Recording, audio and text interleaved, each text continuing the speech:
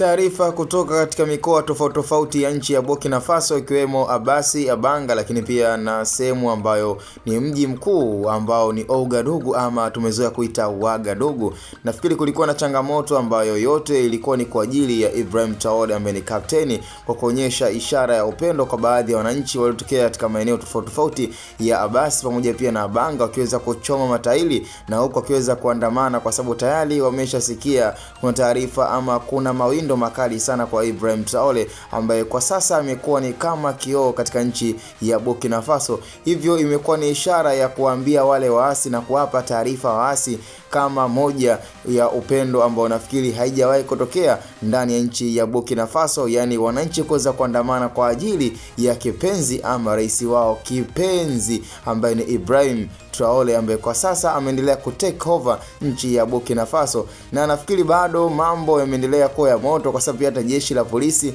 pia linajaribu kuweza kuhakikisha kabisa kwamba amani inaendelea kuwepo, na yote ambayo yamekuwa yakifanyika ya kutaka kumjaribu ama kumondoa katika kiti cha urais Ibrahim Traoré, na hata katika kile kipindi ambacho aliweza kunusurika kifo baada ya kuwekewa sumu kwenye chai, lakini pia ikashindikana kwa sababu yote ni umakini wa walinzi, lakini pia ni swala ambalo watu wengi wamekuwa na upendo mkubwa sana kwa Ibrahim Traoré. Kwa hiyo ikatokea kwamba kuna traitor, yani kuna moja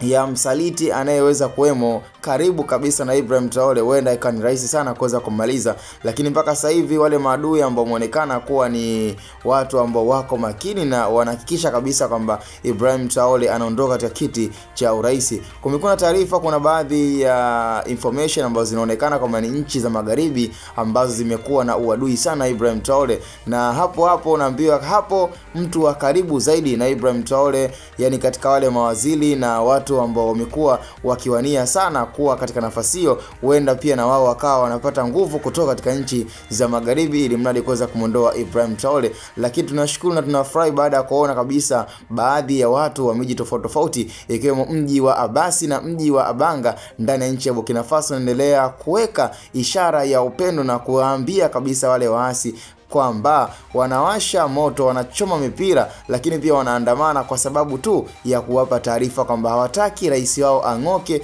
na hawataki mashambulizi yoyote, na hawataki pia kusikia kuna mpango wowote unaoonekana kutengenezwa kwa lengo la kutaka kumuua Ibrahim Traoré. Kwa hiyo bado nchi ya Burkina Faso kwa sasa iko ya moto, na miji tofauti ambayo imeendelea kuwa ya moto sana, licha kwamba mji mkuu Ouagadougou ama Ouagadougou umeendelea kupoa, lakini kwa Abasi na Abanga bado wanaendelea kukiwasha moto na maandamano yako pale kwa ajili ya rais wao Ibrahim Traoré. Bwana, cha msingi tukutane kwenye comment, na kwa matangazo zaidi wasiliana nasi kwa nambari 0684006225.